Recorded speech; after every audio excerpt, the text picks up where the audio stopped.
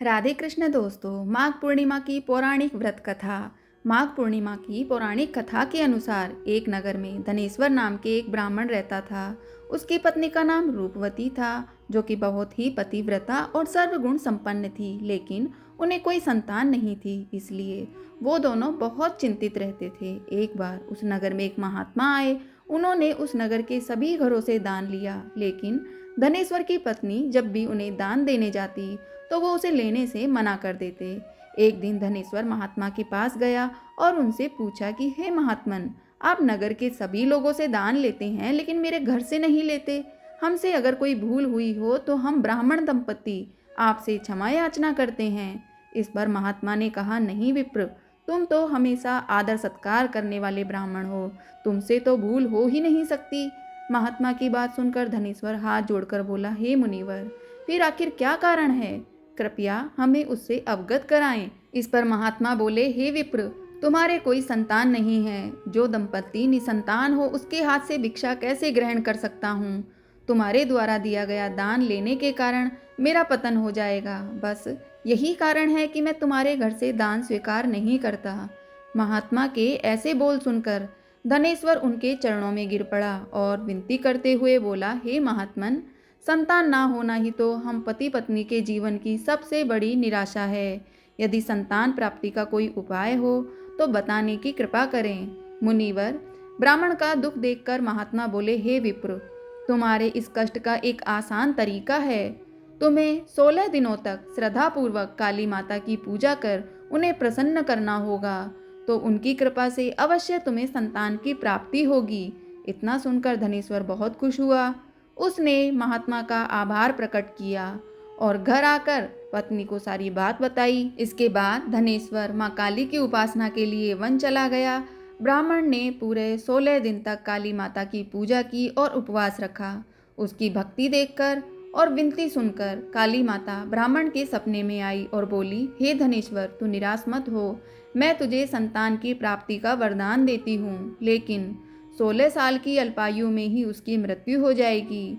काली माता ने कहा, यदि तुम पति पत्नी विधि पूर्वक 32 पूर्णिमा का व्रत करोगे तो तुम्हारी संतान दीर्घायु हो जाएगी। प्रातःकाल जब तुम उठोगे तो तुम्हें यहाँ आम का एक वृक्ष दिखाई देगा। उस पेड़ से एक फल तोड़ना और ले जाकर अपनी पत्नी को खिला देना। शिवजी की कृपा से तुम्हारी पत्नी गर्भवती हो जाएगी। इतना कहकर माता अंतर्ध्यान हो गई। प्रातःकाल जब धनेश्वर उठा तो उसे आम का वृक्ष दिखा, जिस पर बहुत ही सुंदर फल लगे थे। वो काली माँ के कहे अनुसार फल तोड़ने के लिए वृक्ष पर चढ़ने लगा। उसने कई बार प्रयास किया, लेकिन फिर भी फल तोड़ने में असफल रहा। तभी उसने गणेश भगवान का ध्यान किया और गणपति की कृपा से इस बार वो वृक्ष पर चढ़ गया और उसने फल तोड़ लिया। धनेश्वर ने अपनी पत्नी को वो फल दिया, जिसे खाकर वो कुछ समय बाद गर्भवती हो गई। दंपति काली माँ के निर्देश के अनुसार हर पूर्णिमा पर दीप जलाते रहे। कुछ दिन बाद भगवान शिव की कृपा हुई और ब्राह्मण की पत्नी ने एक सुंदर बेटे को जन्म दिया, जिसका नाम उन्होंने देवीदास रखा। जब पुत्र 16 वर्ष का हो गया तो माता पिता को चिंता होने लगी कि इस वर्ष उसकी मृत्यु न हो जाए। इस पर उन्होंने देवीदास के मामा को बुलाया और कहा, तुम देवीदास को विद्या अध्ययन के लिए काशी ले जाओ और 1 वर्ष के बाद वापस आना। दंपति पूरी आस्था के साथ पूर्णमासी का व्रत कर पुत्र के दीर्घायु होने की कामना करते रहे। काशी प्रस्थान के दौरान मामा भांजे एक गांव से गुजर रहे थे। वहां एक कन्या का विवाह हो रहा था। विवाह होने से पूर्व ही उसका वर अंधा हो गया। तभी वर के पिता ने देवीदास को देखा और मामा से कहा, तुम अपना भांजा कुछ समय के लिए हमारे पास दे दो, विवाह संपन्न हो जाए, इसके बाद ले जाना। ये सुनकर मामा ने कहा, यदि मेरा भांजा ये विवाह करेगा तो कन्यादान में मिले धन आदि पर हमारा अधिकार होगा। वर के पिता ने मामा की बात स्वीकार कर ली और देवीदास के साथ कन्या का विवाह संपन्न करा दिया। इसके बाद देवीदास पत्नी के साथ भोजन करने बैठा, लेकिन उसने उस थाल को हाथ भी नहीं लगाया। यह देखकर पत्नी बोली, स्वामी, आप भोजन क्यों नहीं कर रहे हैं? आपके चेहरे पर ये उदासी कैसी? तब देवीदास ने सारी बात बताई। यह सुनकर कन्या बोली, स्वामी, मैंने अग्नि को साक्षी मानकर आपके साथ फेरे लिए हैं। अब मैं आपके अलावा किसी और को अपना पति स्वीकार नहीं करूंगी।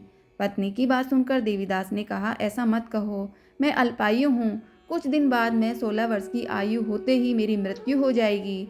इस पर उसकी पत्नी ने कहा कि स्वामी, जो भी मेरे भाग्य में लिखा होगा मैं उसे स्वीकार करती हूँ। देवीदास ने उसे समझाने की बहुत कोशिश की, लेकिन जब वो नहीं मानी तो देवीदास ने उसे एक अंगूठी दी और कहा, मैं काशी जा रहा हूँ, लेकिन तुम मेरा हाल जानने के लिए एक पुष्प वाटिका तैयार करो।